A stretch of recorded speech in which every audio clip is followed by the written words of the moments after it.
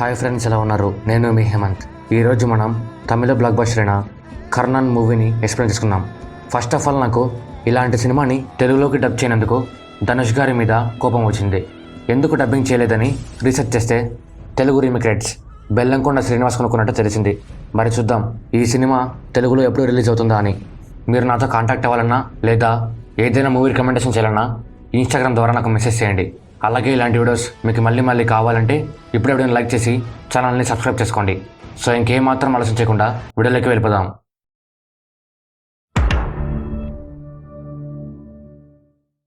స్టోరీలోకి వెళ్ళే ముందు ఈ మూవీలో ఉండే మెయిన్ క్యారెక్టర్స్ గురించి తెలుసుకుందాం.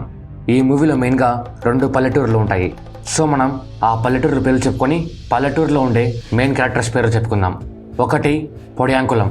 ఈ ఊరిలో ఉండే మెయిన్ క్యారెక్టర్స్ విషయానికి వస్తే కర్ణన్ వాళ్ళ అక్క పద్మిని, కర్ణన్ వాళ్ళ తాత వేమ, కర్ణన్ లవర్ ద్రౌపది అన్న వేద, విలేజ్ గర్ల్ పూజ, విలేజ్ మొత్తానికి పెద్ద దిక్కు దుర్యోధన్. 2 మేలూరు. ఈ ఊరిలో ఉండే మెయిన్ క్యారెక్టర్స్ విషయానికి వస్తే వినోద్ మేలూరు మొత్తానికి పెద్ద దిక్కు, మన్సూర్ మేలూరులో నివసించే ఒక వ్యక్తి. ఇంకా స్టోరీ విషయానికి వస్తే పొడయాంకులంలో నివసించే ఒక అమ్మాయికి పాము కరిచింటుంది. ఇదంతా రోడ్డు మధ్యలో జరిగినా కూడా రోడ్డు మీద వెళ్ళే ఏ ఒక్కరూ పట్టించుకోరు. దాంతో ఆ అమ్మాయి రోడ్డు మధ్యలోనే చనిపోతుంది. పోలీసులు కర్ణన్ని అరెస్ట్ చేసి చిత్తకొడుతుంటారు. కర్ణన్ ఊరి వాళ్ళు మాత్రం కర్ణన్ని పోలీసు అరెస్ట్ చేసినందుకు చాలా బాధపడుతుంటారు. అసలు ఈ కర్ణన్ ఎవరు, ఆ రోడ్డు మధ్యలో చనిపోయిన పాప ఎవరు అని తెలియజేయడానికి స్టోరీ బ్యాక్డ్రాప్లోకి వెళ్తుంది. 1997 పడియాంకులంకి మేలూరుకి అస్సలు సరిపోదు. 2 ఊర్ల వాళ్ళు ఎక్కడ ఎదురు పడినా సరే కారణం లేకుండా గొడవ పడుతూనే ఉంటారు. పడియాంకులంలో బస్ స్టాప్ ఉండదు. అందుకు పడియాంకులంలో ఉండే అందరూ మేలూరు బస్ స్టాప్కి వెళ్ళి బస్ ఎక్కుతుంటారు. కానీ మేలూరుకు చెందిన కొంతమంది పడియాంకులంకు చెందిన ఆడవాళ్ళని ఏడిపిస్తూ ఉంటారు. దానికి ఊరి పెద్దైన దుర్యోధన్ గవర్నమెంట్తో మాట్లాడి వాళ్ళ ఊరికి బస్ స్టాప్ వేయమంటాడు. కానీ గవర్నమెంట్ దాని గురించి అసలు పట్టించుకోదు.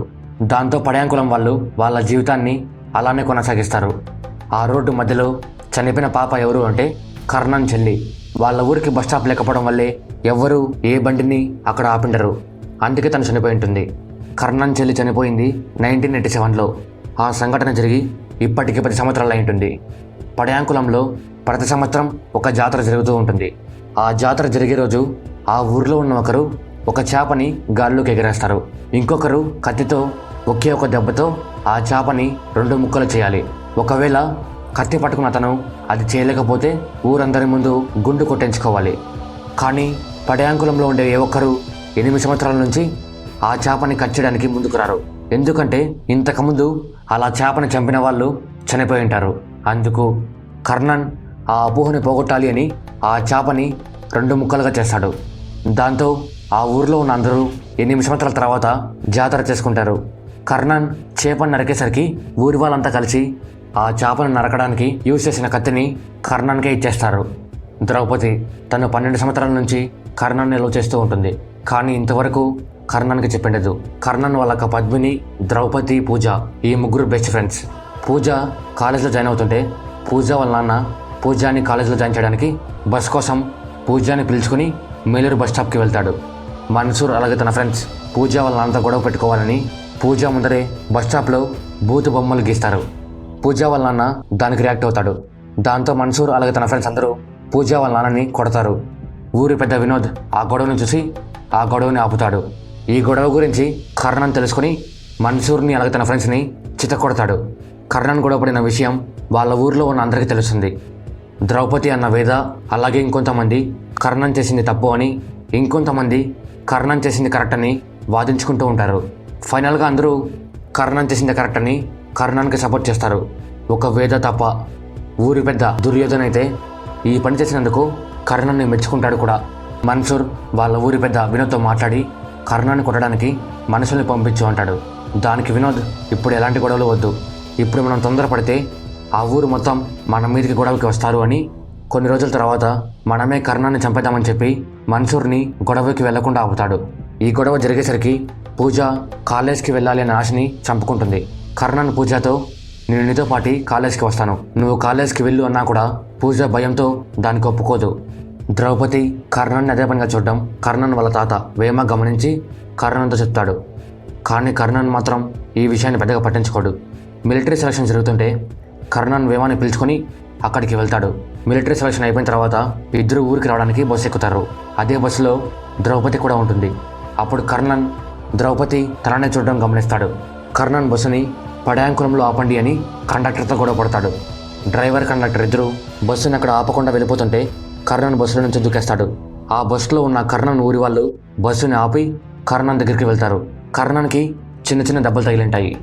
వేమ కర్ణన్తో నువ్వు కోపం తగ్గించుకోవాలి అంటూ తిడతాడు. కర్ణన్ కోపంతో నేను ఇదంతా చేస్తోంది మన ఊరి కోసమే అంటూ అక్కడి నుంచి వెళ్ళిపోతాడు. ద్రౌపది ఇదంతా చూసి చాలా భయపడుతుంది. తర్వాత కర్ణన్ దగ్గరికి వెళ్ళి తన కోపం పోగొట్టాలి అని ముద్దు పెడుతుంది. ఆ తర్వాత ఇద్దరు ప్రేమించుకోవడం స్టార్ట్ చేస్తారు. ఇద్దరు చాలా సంతోషంగా ఉంటారు. ఒకరోజు చనిపోయిన కర్ణన్ వాళ్ళ చెల్లి కర్ణన్ వాళ్ళ నాన్న కలలోకి వచ్చి అక్క పెళ్లి కోసం నేను కొంచెం డబ్బుని మన ఇంటి కింద దాచిపెట్టాను అంటుంది. కర్ణన్ వాళ్ళ నాన్న కర్ణన్తో చెప్పి ఇంటిని తవ్విస్తాడు. తను ఇంటి కింద ఒక హుండీలో డబ్బును దాచిపెట్టి ఉంటుంది. అది చూసి కర్ణన్ షాక్ అయిపోతాడు. తర్వాత ఒకరోజు కర్ణన్ వేదతో కలిసి డబ్బులాట ఆడుతూ ఉంటాడు. వేద కర్ణన్తో గొడవ పడాలి అని మీ అక్కని నేను రెండో పెళ్ళంగా చేసుకుంటా అంటూ నీచంగా మాట్లాడతాడు. దానికి కర్ణన్ వేదాన్ని కుక్కని కొట్టినట్టు కొడతాడు.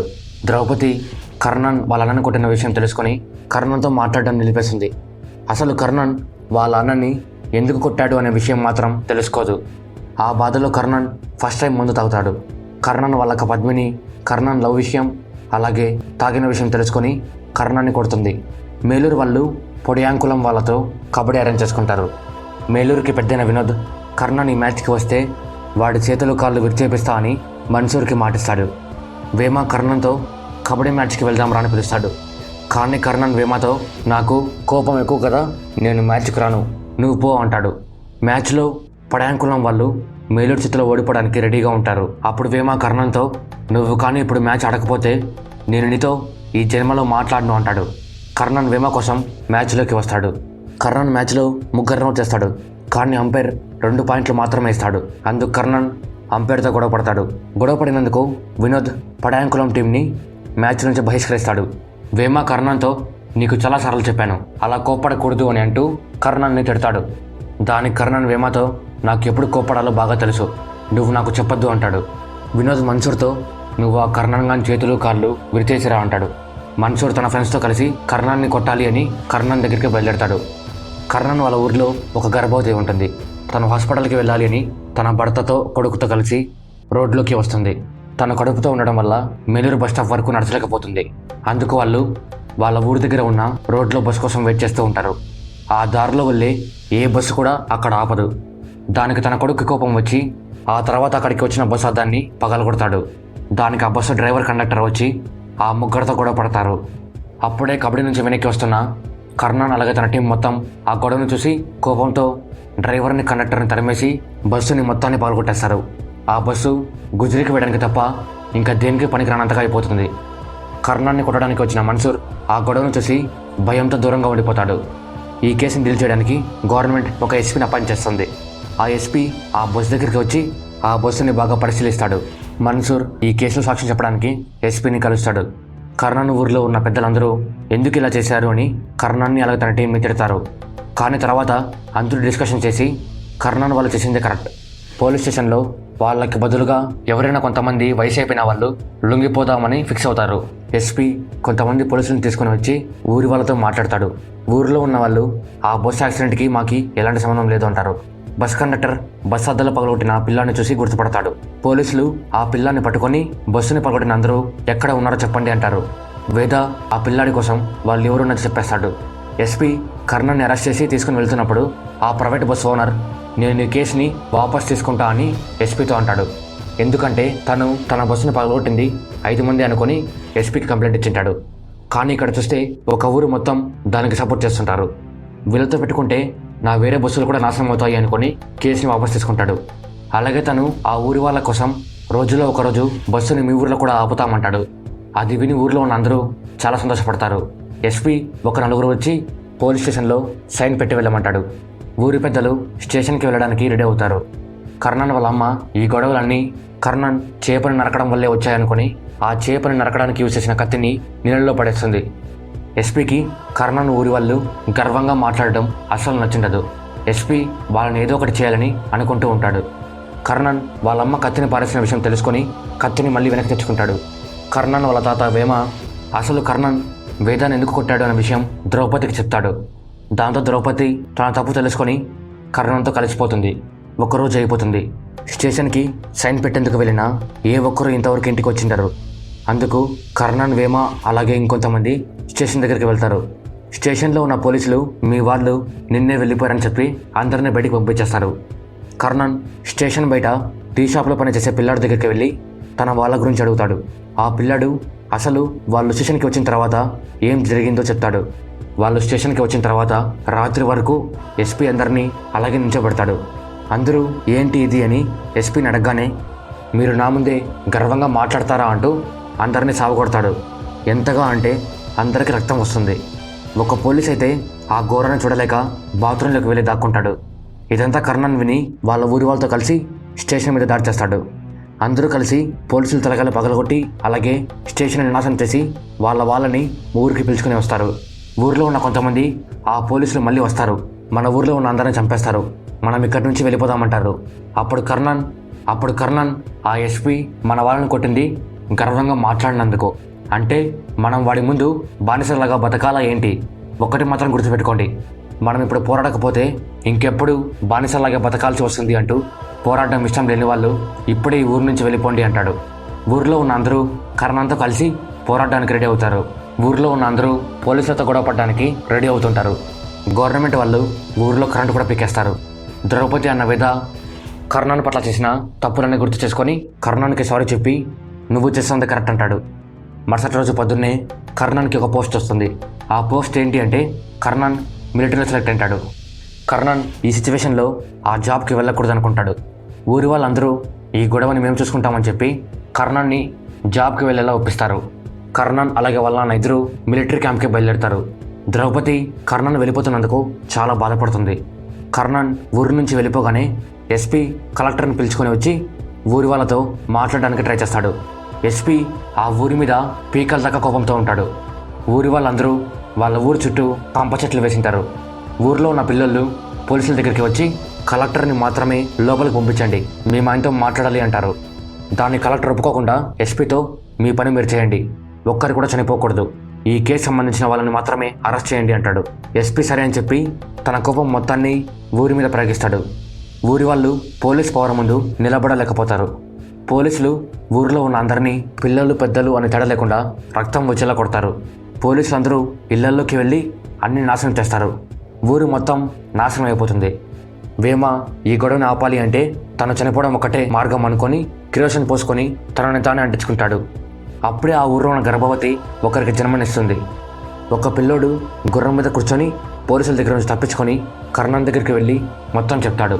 ఇదంతా వింటున్న కర్ణన్ అలాగే వాళ్ళ నాన్న కోపంతో రగిలిపోతారు. కర్ణన్ వాళ్ళ నాన్న కర్ణన్కి కత్తి ఇచ్చి అక్కడికి వెళ్ళమంటాడు. కర్ణన్ ఊరిలోకి వచ్చి పోలీసులందరినీ నరకడం స్టార్ట్ చేస్తాడు. కర్ణన్ ఎస్పీ గొంతు మీద కత్తి పెట్టి గొడవని ఆపేస్తాడు. ఊరిలో ఉన్న అందరూ ఎస్పీని చంపేయని కర్ణన్తో అంటారు. ఎస్పీ వాళ్ళ ఊరి వాళ్ళకి చేసిన అవమానాన్ని కర్ణన్ ఎస్పీకి చేస్తాడు. ఎస్పీ కర్ణన్తో నువ్వు నన్ను చంపద్దు, ఒకవేళ నువ్వు కానీ నన్ను చంపావంటే నీ ఊరు నామరూపాలు లేకుండా పోతుంది అంటాడు. కర్ణన్ కోపంతో ఎస్పీ తలని నరికేస్తాడు. అందుకే పోలీసులు కర్ణన్ని అరెస్ట్ చేసింటారు. ఇదే మనం స్టార్టింగ్లో చూసిన సీన్. ఆ తర్వాత వాళ్ళ ఊరికి గవర్నమెంట్ అన్ని సదుపాయాలు ఇస్తుంది. పోలీసుల చేతిలో దెబ్బలు తిన్న కొంతమంది చనిపోయి ఉంటారు. ఆ ఊరి పెద్ద కూడా చనిపోయి ఉంటాడు. ఊరి వాళ్ళందరూ కర్ణన్ కోసమే ఎదురు చూస్తూ ఉంటారు. 10 సంవత్సరాల తర్వాత కర్ణన్ జైలు నుంచి బయటికి వస్తాడు. ఆ రోజు ఆ ఊరి వాళ్ళు మొత్తం ఒక జాతరలాగా చేసుకుంటారు. కర్ణన్, ద్రౌపది ఇద్దరు మళ్ళీ కలిసిపోతారు. ఇక్కడ మూవీ ఎండ్ అవుతుంది. సో ఇది ఫ్రెండ్స్ కర్ణన్ మూవీ గురించి. స్టోరీ మీకు ఎలా అనిపించిందో కామెంట్ రూపంలో మాకు తెలియజేయండి. ఈ మూవీని చూడాలనుకునే వాళ్ళు మన టెలిగ్రామ్ ఛానల్లో జాయిన్ అయ్యి మూవీని ఫ్రీగా డౌన్లోడ్ చేసుకోండి. ఇలాంటి వీడియోస్ మీకు మళ్ళీ కావాలంటే ఇప్పుడే వీడియోని లైక్ చేసి ఛానల్ని సబ్స్క్రైబ్ చేసుకోండి.